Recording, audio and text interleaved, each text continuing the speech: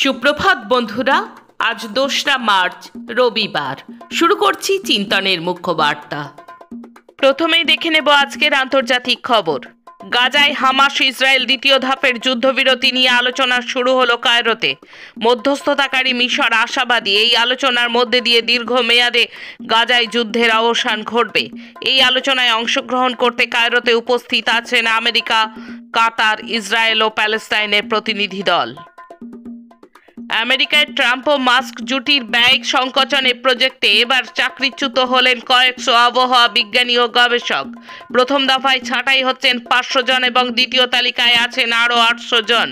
এই তালিকার প্রথম দিকে আছেন প্রবেশনে থাকা গবেষকরা। 67 বছর বয়সী প্যালেস্তাইন নাগরিক নায়েল বারগৌতি অবশেষে ইসরায়েলের কারাগার থেকে মুক্তি পেলেন হামাস ইসরায়েল সাময়িক যুদ্ধবিরতি চুক্তি মেনে। এর মধ্যেই বারগৌতি তাঁর জীবনের প্রায় 2/3 অর্থাৎ 34টি বছর কাটিয়ে ফেলেছেন ইসরায়েলের জেলখানায়। পাকিস্তানের খাইবার পাখতুনখোয়ার অঞ্চলে একটি মাদ্রাসা সংলগ্ন মসজিদে ভয়াবহ বিস্ফোরণ। এই বিস্ফোরণে মাদ্রাসা শীর্ষকর্তা সহ অন্তত 5 জন নিহত হয়েছেন। মারাত্মক জখম হয়েছেন 17 জন। ওই অঞ্চলের পুলিশ কর্মকর্তা জানিয়েছেন মসজিদের মৌলানা ও তার ছেলেই ছিল টার্গেট। এলাকায় জারি হয়েছে জরুরি অবস্থা। বিক্ষোভ ও ধর্মঘটে উত্তাল গ্রিসের একাধিক শহর। 2023 সালের রেল দুর্ঘটনায় বর্ষপূর্তিতে ক্ষতিপূরণের দাবিতে এবং সরকারের শ্রমিক বিরোধী নীতির প্রতিবাদে দেশ জুড়ে সাধারণ ধর্মঘটের ডাক দিয়েছে বিভিন্ন শ্রমিক সংগঠন এবং ট্রেড ইউনিয়ন। গ্রিসের বিমান, রেল, নৌ পরিবহন কর্মীরা এই ধর্মঘটকে সমর্থন করে রাস্তায় নেমে এসে বিক্ষোভে সামিল হয়। পুলিশের সঙ্গে দফায় দফায় সংঘর্ষ চলছে বিক্ষোভকারীদের। এই ধর্মঘটকে সর্বতোভাবে সমর্থন করছে গ্রিসের কমিউনিস্ট পার্টি। আসছি দেশের খবরে। শুক্রবার উত্তরাখণ্ডের চামোলি জেলায় বড় মাত্রায় তুষার ধসে মোট 57 জন শ্রমিক চাপা পড়েন। বর্ডার রোডস অর্গানাইজেশন বা BRO প্রকল্পে কাজ করছিলেন এই শ্রমিকেরা, যার মধ্যে শনিবারও 5 শ্রমিক আটকে রয়েছেন তুষার স্তূপের তলায়। 4 জনের মৃত্যু হয়েছে, উদ্ধার করা হয়েছে বাকিদের। তবে বেশ কয়েকজন অবস্থা আশঙ্কাজনক। এই আবহাওয়ার খামখেয়ালি হওয়ার কারণ কি, এই নিয়ে প্রশ্ন উঠেছে। বিজ্ঞানীদের বক্তব্য, বিশ্ব উষ্ণায়নে যথেষ্ট প্রভাব রয়েছে এই বিপর্যয়ে। ভারতীয় সেনাবাহিনীর বিরুদ্ধে কাশ্মীর মন্তব্য নিয়ে রাষ্ট্রদ্রোহের মামলা হয়েছিল দিল্লির জওহরলাল নেহরু বিশ্ববিদ্যালয়ের প্রাক্তন ছাত্রনেত্রী সেহলা রশিদের বিরুদ্ধে। এবার 2 বছর পর ওই মামলা প্রত্যাহারের অনুমতি দিল দিল্লির পটিয়ালা হাউস আদালত। বৃহস্পতিবার চিফ মেট্রোপলিটন ম্যাজিস্ট্রেট অনুজ কুমার সিংহ এই নির্দেশ দিয়েছেন। সামাজিক উন্নয়নের সাফল্যের কারণে পুরস্কারের বদলে তিরস্কার জুটছে। আসন পুনর্বিন্যাস প্রক্রিয়ায় চালু নিয়ম ধরে এগোলে গণতান্ত্রিক প্রতিনিধিত্বের সুযোগ কমে যাবে দক্ষিণের রাজ্যগুলির। এই সমস্যা নিরসন করতে হবে গণতান্ত্রিক পদ্ধতিতে। শুক্রবার সংবাদ মাধ্যমের প্রশ্নে এই দাবি করেছেন CPIM পলিট ব্যুরো নেত্রী বৃন্দা কারাত। উত্তরপ্রদেশের মোরাদাবাদের এক আদালতে মহিলা আইনজীবীর ওপর অ্যাসিড হামলার অভিযোগ 2 দুষ্কৃতীদের বিরুদ্ধে 2টি পৃথক মামলায় অভিযোগকারীদের হয়ে মামলা লড়ছিলেন ওই মহিলা আইনজীবী। শুক্রবার তিনি আদালত চত্বরে নিজের চেম্বারে যাওয়ার পথে আইনজীবীর মাথায় দেশি পিস্তল ঠেকায় এক দুষ্কৃতী। অপরজন আইনজীবীর শরীরে অ্যাসিড ছুঁড়ে মারে। অ্যাসিডদগ্ধ অবস্থায় ওই আইনজীবীকে হাসপাতালে ভর্তি করানো হয়েছে। ওই 2 দুষ্কৃতীর বিরুদ্ধে মামলা রুজু হয়েছে।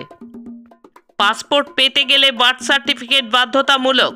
এবার থেকে পাসপোর্ট পেতে গেলে বাধ্যতামূলক হচ্ছে জন্ম শংসাপত্র বা বার্থ সার্টিফিকেট।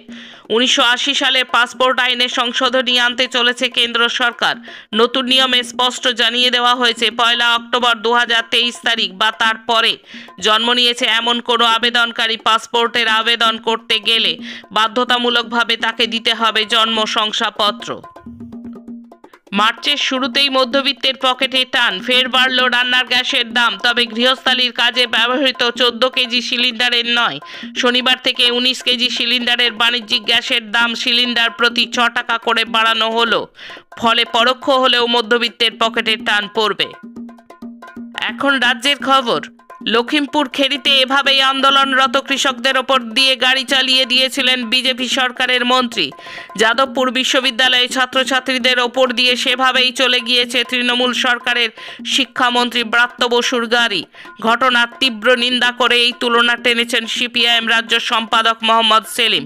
এই ঘটনার প্রেক্ষিতে আগামী ৩রা মার্চ সমস্ত বিশ্ববিদ্যালয়ে ছাত্র ধর্মঘটের ডাক দিয়েছে এসএফআই।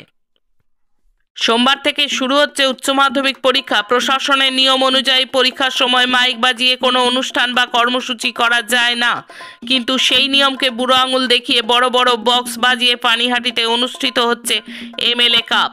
দুদিন ধরে চলবে এই এমএলএ কাপ। পানিহাটির বিধায়ক নির্মল ঘোষ এবং দমদমের সাংসদ সৌগত রায়ের উপস্থিতিতে হচ্ছে এই টুর্নামেন্ট। পানিহাটির ঘোলা সুভাষ সংঘের ময়দানে চলছে এই খেলা।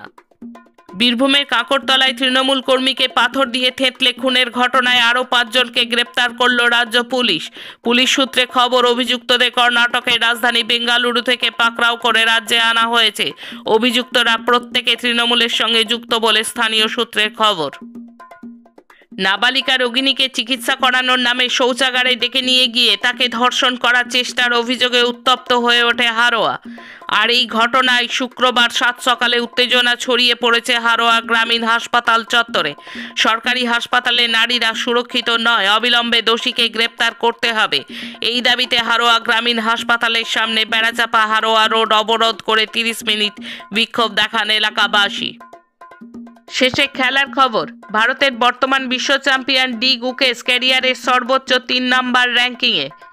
আর প্রজ্ঞানন্দা শনিবার প্রকাশিত সর্বশেষ ফিদে ক্লাসিক্যাল রেটিংয়ে শীর্ষ 10-এ ফিরে এসেছেন।